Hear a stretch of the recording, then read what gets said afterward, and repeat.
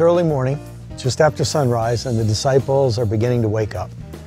You can imagine Peter rushing all around, all agitated, shouting too loud for this early hour, "Hey guys, does anybody know where Jesus is? I can't find him anywhere." And then you can imagine Thomas or John replying, "Settle down, Peter, he's probably off in the hills praying again." If I'd been among those original disciples, I probably would have wondered, what does he do when he gets up early and spends all those hours praying?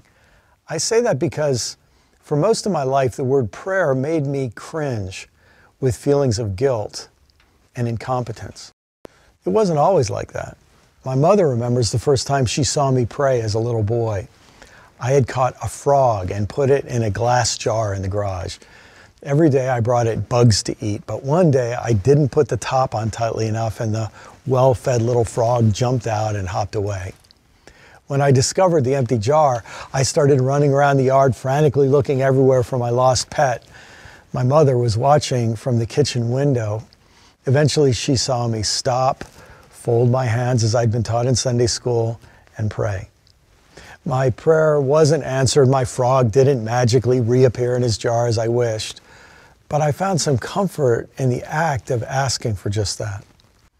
As I got older, prayer started to feel less like a comfort and more like yet another way to fail as a Christian.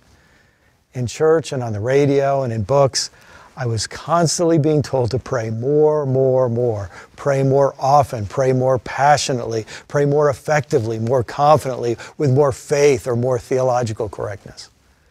Prayer became an ever higher bar that I had to jump over, and I always fell short.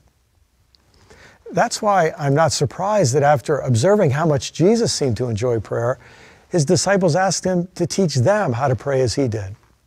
He responded with what we know as the Lord's Prayer, which takes all of 30 seconds to recite, which I think is Jesus' way of saying, folks, it's not that hard. It's as if he took that bar and set it right at ground level. Lots of people memorize the Lord's Prayer and recite it mindlessly on Sunday mornings. Our Father, who art in heaven, hallowed be thy name, and to the republic for which it stands, with liberty and justice for all, amen. But if we pay attention to the meaning of the prayer, rather than reciting its phrases from rote memory, we see that it involves 4 simple but profound moves: wake up, tune up, ask, and re-enter. These are moves of the soul, the kind dancers or yoga practitioners make with their bodies, fluid, connected, and building into something beautiful, and they're within reach for each of us. The prayer starts as we wake up to God with the words, "Our Father in heaven, hallowed be your name." I'm quite certain the words "Our Father" point not to parental gender, but to parental love. Saying "Our Father" wakes us up to the reality that in God, everything in the universe is related. Everything in creation is a beloved member of the same family, the one that springs from God. The words "Our Father" remind us of God's parental closeness and care, but to keep us from reducing God to one single image, whether father, mother, king, wind, fire, or whatever, Jesus also reminds us of the profoundly holy name of God, which was spoken to Moses from the burning bush. The words "hallowed" or "revered be your name" evoke the glory, holiness, and mystery of God's identity.